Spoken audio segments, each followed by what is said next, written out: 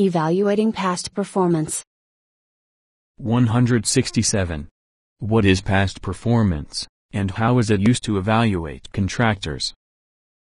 Refer to FAR 42.15 for policies and responsibilities for recording and maintaining contractor performance information. The Federal Acquisition Streamlining Act, FASA, was signed into law by President Clinton on October 13, 1994, PL 103-355. Congress acknowledged that it is both appropriate and relevant for the government to consider a contractor's past performance in evaluating whether that contractor should receive future work. Section 1091 of FASA states, past contract performance of an offeror is one of the relevant factors that a contracting official of an executive agency should consider in awarding a contract. It is appropriate for a contracting official to consider past contract performance of an offeror as an indicator of the likelihood that the offeror will successfully perform a contract to be awarded by that official. FASA requires the Administrator of the Office of Federal Procurement Policy, OFPP, to establish policies and procedures that encourage the consideration of the offeror's past performance in the selection of contractors.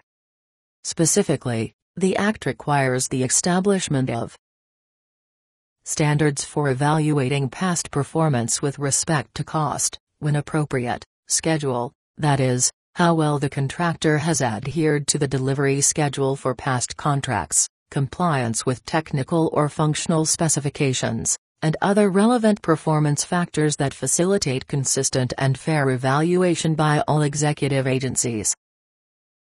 Policies for the collection and maintenance of information on past contract performance.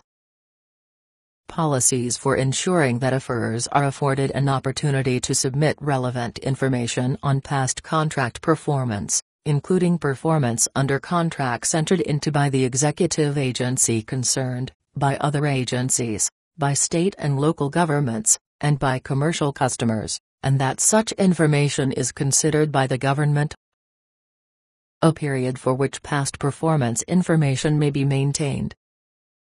OFPP's Past Performance Guide states, to select a high-quality contractor, commercial firms rely on information about a contractor's past performance as a major part of the evaluation process. The government, on the other hand, for large contracts attempts to select a quality contractor by analyzing elaborate proposals describing how the work will be done and the management systems that will be used to ensure good performance.